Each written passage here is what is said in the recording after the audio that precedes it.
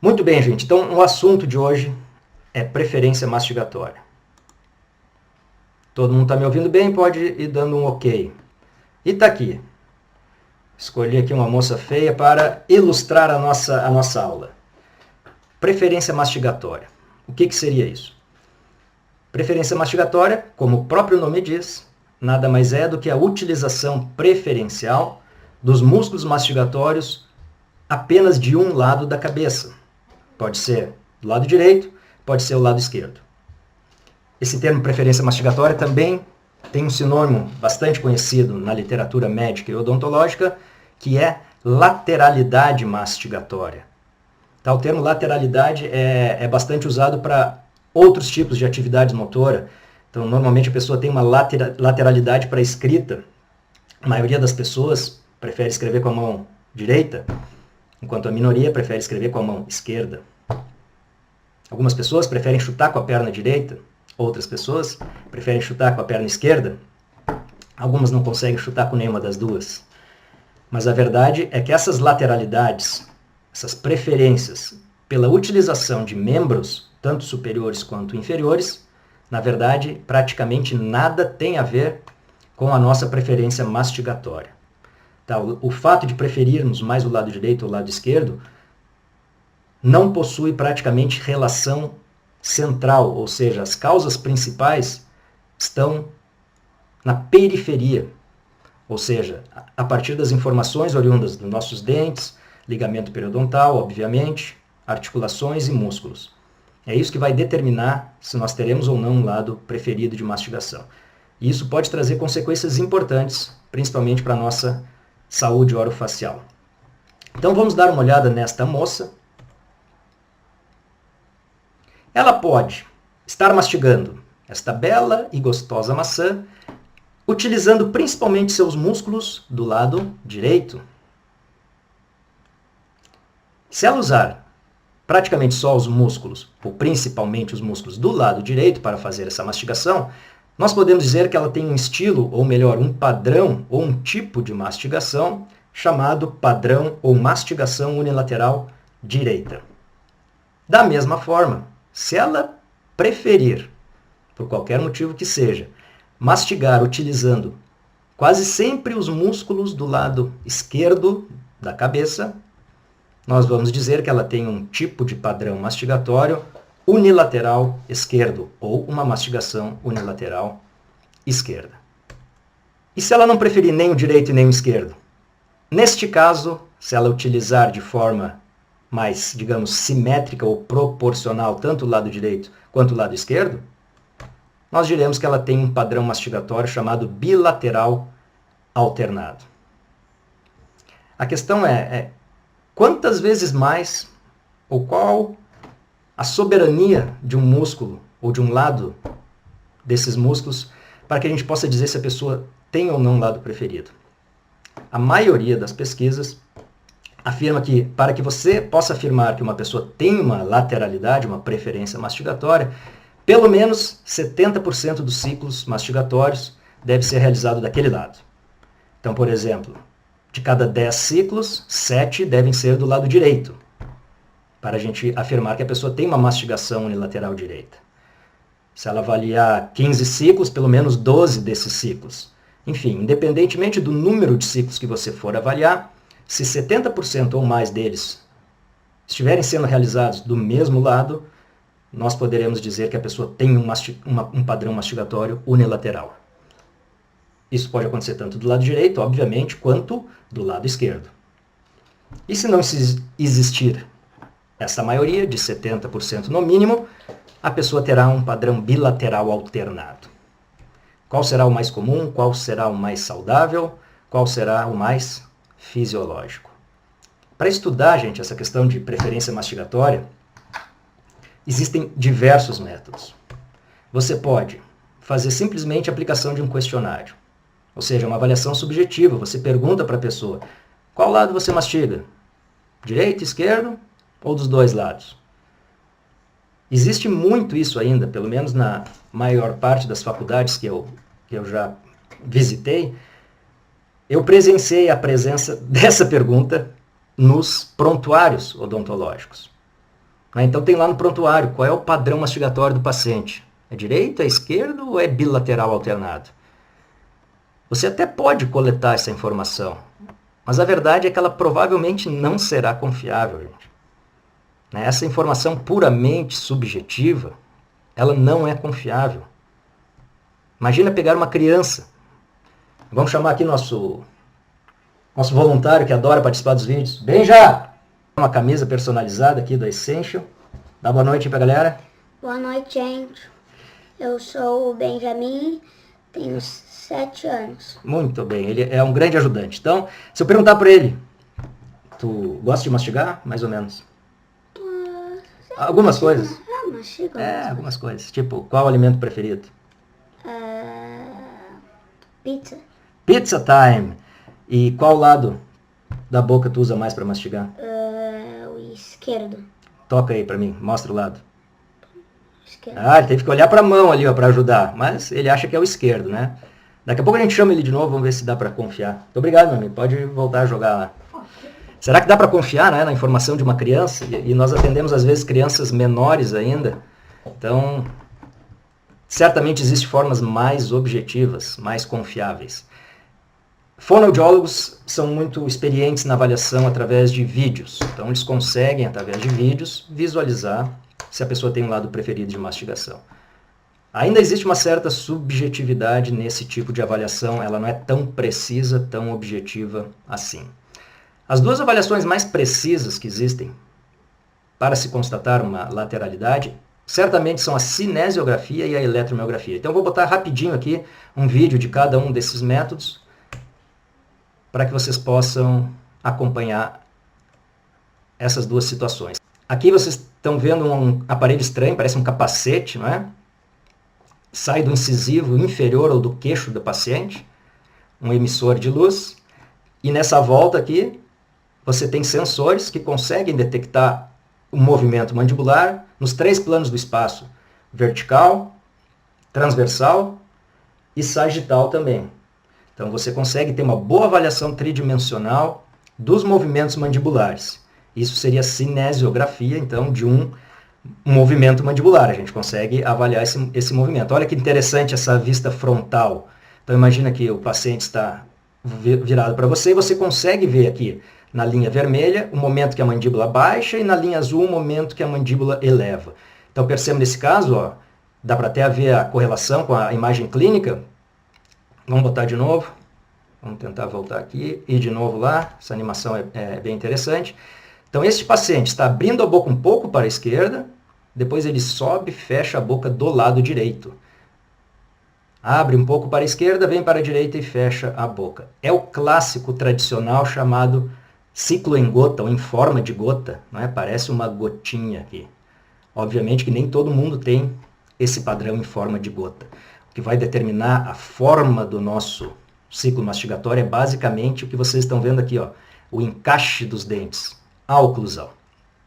Então essa seria a cinesiografia. E a eletromiografia seria o quê? O registro da atividade elétrica dos músculos, por exemplo, mastigatórios. Os mais avaliados geralmente são temporal anterior e o masseter.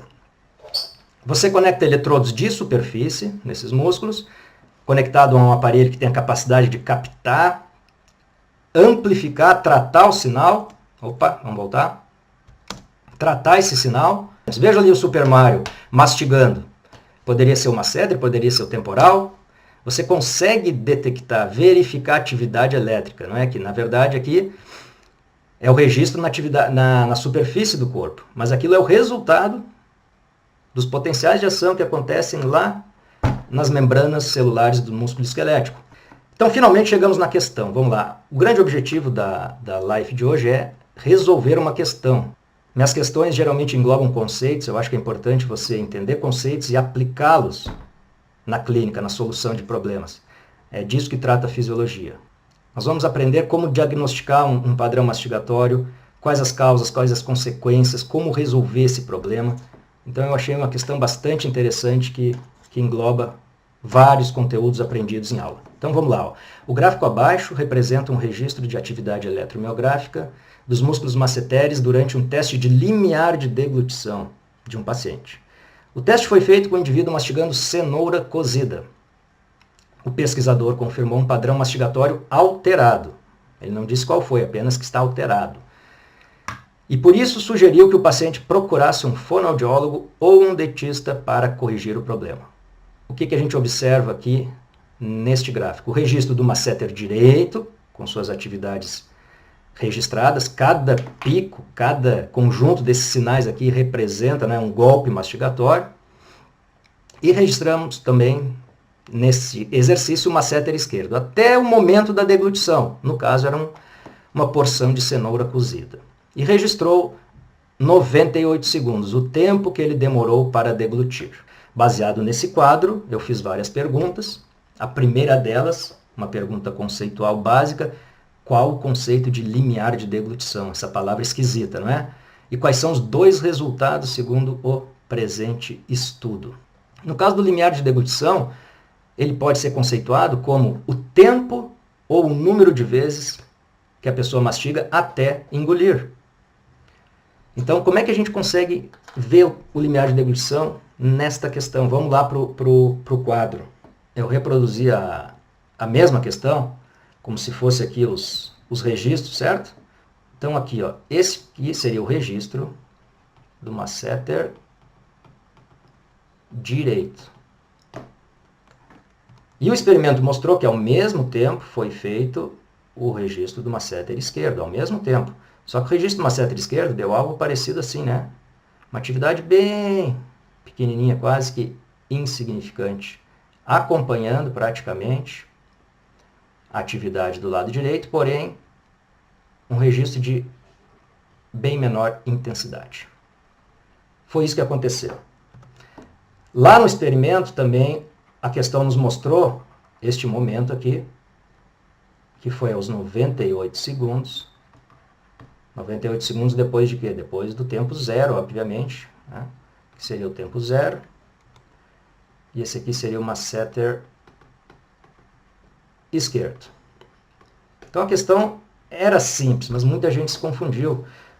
Dá uma olhada aqui no gráfico, você já tem uma resposta. Ó. O tempo de 0 a 98 segundos. Todo esse tempo aqui representa o limiar de deglutição. Então, este indivíduo demorou 98 segundos para engolir seus primeiros pedaços moídos de cenoura cozida. Só que a questão perguntava quais são os dois resultados. Tá? 98 segundos é um resultado. O que seria limiar de deglutição? O tempo necessário de preparo do alimento até a deglutição. O tempo necessário em segundos ou o número de vezes. Então, bastava você contar aqui ó, o número de vezes. Vê aqui um pico, conta 1, pico de atividade, outra atividade 2, 3, 4. Cada atividade representando um golpe mastigatório. 6, 7, 8, 9, 10, 11, 12, 13, 14. Pronto, uma simples inspeção visual, você chegaria ao resultado de 14 vezes. Então, 14 vezes, ou 98 segundos, eram os dois resultados em termos de limiar de deglutição. Certo, pessoal? Tá respondida essa questão. Então tá, essa foi a primeira pergunta. Vamos para a segunda pergunta referente ao mesmo problema. Assim que aparecer na tela eu falo, qual padrão mastigatório foi constatado pelo pesquisador? Como um dentista poderia constatar tal padrão clinicamente? Então, na figura fica claro, né, que foi usado muito mais o lado direito do que o esquerdo. O lado esquerdo praticamente não foi utilizado. Então, aqui até foi exagerado, dos 14 ciclos, os 14 foram realizados principalmente com masseter direito. Então, 100% dos ciclos foram realizados de um lado. Então, você poderia responder com segurança. Padrão unilateral direito, paciente possui um lado preferido de mastigação, o lado direito, tinha que dizer qual era o lado. Então, essa era a resposta. E clinicamente, vocês realizaram esse teste. Vocês realizaram. O teste é o mais barato que eu conheço. Relação custo-benefício boa, fácil de fazer. Damos 7 pedaços de chiclete, um de cada vez. O ideal é usar um chiclete novo de cada vez, senão o chiclete fica mole. Então, dá um chiclete para o paciente, pede para ele mastigar 15 segundos, manda ele parar e observa em que lado o chiclete ficou. Vamos dizer que esse cara aqui começou a observar o chiclete do lado direito, lado direito, lado direito. Daí lá na quarta vez foi para o esquerdo. Depois voltou para o direito, outro chiclete, não é? Nós estamos repetindo o teste. Na próxima vez, penúltima vez, deu lado direito de novo. Na última vez, deu lado esquerdo. Ou seja, 5-2. Se o paciente mastiga 5, 6 ou 7 vezes, dá 7 vezes em um lado, passa dos 70%, ou fica em torno dos 70%, então a gente pode afirmar que ele tem um lado preferido de mastigação. Certo? Se ele mastiga 4 de um lado e 3 do outro, ele não tem um lado preferido. Quem quiser pegar mais detalhes, um dos melhores artigos que explica esse teste é esta referência aqui de 2004. Próxima pergunta, 2 causas e 2 consequências desse padrão. Ok, então o paciente tinha um lado preferido de mastigação, era o lado direito. A primeira pergunta é, por que será que ele tinha? Alguma causa aí sugerida? Assim que eu perceber uma causa respondida, a gente responde as demais. O dentista é o que mais tem que saber dessas causas, hein? Porque elas estão principalmente relacionadas aqui com a boca. Alguma causa, estou esperando. Por causa do delay, né? Eu vou ficar um tempinho aqui esperando. Prótese mal adaptada, muito bom. Prótese mal adaptada. Aquela dentadura saltando. Perda de elementos dentários, com certeza. Perda de dentes. Má oclusão. Isso aqui a galera foi bem, né? A gente fez isso em aula prática. O que mais? Restaurações altas. Meu amigo Igor está comendo uma bananinha ali. Opa! Restauração alta, mais alguma? Perda de dentes, má oclusão, prótese mal adaptada. Ninguém vai falar dor aí? Qualquer tipo de dor? ATM, músculo, pericoronarite, dor por cárie. Sempre quando o cara tem uma dor, acaba mastigando do outro lado. Temporariamente ou não. Pois bem. Então, o que acontece com essa moça bonita aqui se ela mastigar muito tempo só do lado direito? O que poderá acontecer? Ela vai ter desgastes assimétricos dos dentes. Ela pode ter dores, tanto na articulação quanto no músculo. Desgaste da ATM assimétrico. Hipertrofia. Então, você pode ter uma hipertrofia, e aqui é importante, vamos botar assim, assimétrica, não é, gente? A hipertrofia em si não é de todo ruim. O problema é quando você tem algumas hipertrofias assimétricas. Isso acontece tanto na mastigação quanto na deglutição. Isso pode acontecer quem tem lado preferido de mastigação. Mais uma coisa, gente, que é o seguinte, ó. Se for fase de crescimento, isso é importante, tá? Se for fase de crescimento, você pode ter assimetrias faciais, sim, senhor. Se for um paciente em fase de crescimento. Lembrando, quando a gente mastiga de um lado, o côndilo daquele lado praticamente só rotaciona na cavidade glenoide, enquanto o outro sofre translação. Então você tem uma série de assimetrias faciais, pode ter, decorrente de padrões unilaterais. O que mais? A questão, gente, da performance, quero falar sobre isso, tá? Performance mastigatória é importante. Muita gente colocou que esse paciente que mastiga de um lado só vai ter uma pior performance mastigatória. E muita gente extrapolou também, dizendo que a pessoa já teria gastrites e úlceras, não é? Tendência a engordar ou a emagrecer, dependendo do grau dessa disfunção, desse prejuízo na performance. Então é o seguinte, ó, só com o teste de lateralidade você não consegue afirmar exatamente se a pessoa tem ou não uma baixa performance. Performance a gente tem que fazer aquele outro teste que nós vimos semana passada, tá bom? Entretanto, tem sim pesquisas mostrando que as pessoas com padrão de mastigação unilateral, para alimentos duros, quando faz um teste de performance com alimento duro, a pessoa se sai pior do que quem tem um padrão bilateral alternado. Tá? Então, eu considerei também, se alguém botou consequências, problemas de performance mastigatória e outras consequências por conta disso. Eu considerei correta a questão porque existe essa possibilidade. Tá? Basicamente, o que acontece, se a pessoa está mastigando só de um lado, algumas pesquisas mostram que a pessoa não tem uma coordenação tão boa com a língua. Ela não usa corretamente a língua para fazer aquela função de posicionamento do alimento entre as arcadas. Né? Você sabe que a língua posiciona o alimento entre as arcadas, ora para o lado direito, ora para o lado esquerdo. Então, se você mastiga de um lado só, você perde um pouco dessa função da língua e em vários pacientes, essa preferência pode resultar numa performance mastigatória reduzida. Certo? Basicamente era isso dessa questão, gente. Vamos terminar aqui agora, falta pouco. Bom, quem trata aqui, ó? Aqui eu vou terminar com um exemplo, tá? Fonoaudiólogo ou dentista primeiro. Então é o seguinte, imagina um cara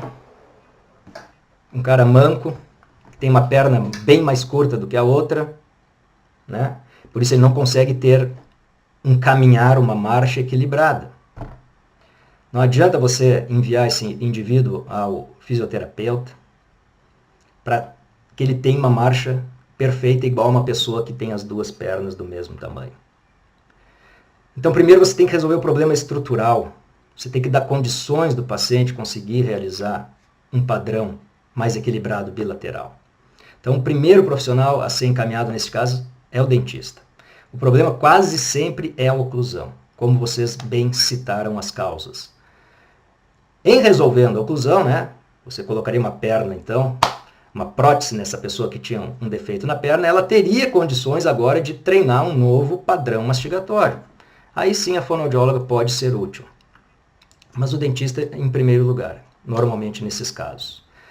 Alterando então os reflexos periféricos por conta da oclusão estar corrigida, você alteraria os geradores de padrão central, você automatiza um padrão mastigatório novo. Mostrei alguns casos interessantes na aula, né, até de pacientes adultos submetidos à cirurgia ortognática com um padrão mastigatório totalmente alterado e após a correção da cirurgia, após a ortodontia, esse padrão foi restabelecido, foi corrigido. Então não tem idade para correção. Você pode corrigir, você pode alterar, você pode melhorar a mastigação em qualquer idade. Você pode melhorar ou pode estragar, não esqueçam disso, né? Se o dentista faz uma restauração alta, cria um obstáculo ali, você pode induzir o paciente a mastigar do lado oposto, criando um lado preferencial de mastigação. Você pode ser o culpado desse problema. Então, não cometa esses erros. E a última questão, o que ocorreria com os registros se o paciente mastigasse cenoura crua ao invés de cozida? Né? Então, ao invés do alimento mole, seria um alimento mais duro. O que aconteceria com esse mesmo teste? Daí é só lembrar daquela aula teórica nossa, né, que quanto mais duro, quanto maior o alimento, maior a atividade recrutada. Maior a atividade necessária, isso é controlado reflexamente pelo seu periodonto, pelos seus fusos musculares. Então, quanto mais duro o alimento, você teria uma intensidade de sinal maior. Você certamente recrutaria mais fibras musculares, maior número de potenciais de ação por área. Isso daria um sinal maior. E a explicação fisiológica é justamente esse reflexo, atividade muscular adicional. A maioria de vocês acertou essa questão. Uma boa noite, pessoal. Eu vou ficar ali no chat, tá, que é mais rápido, pelos comentários. Podem me chamar pelo Messenger também. Mais fácil de dar atenção para vocês, tá? Vou encerrando aqui. Corta para mim. Um abraço, até a próxima.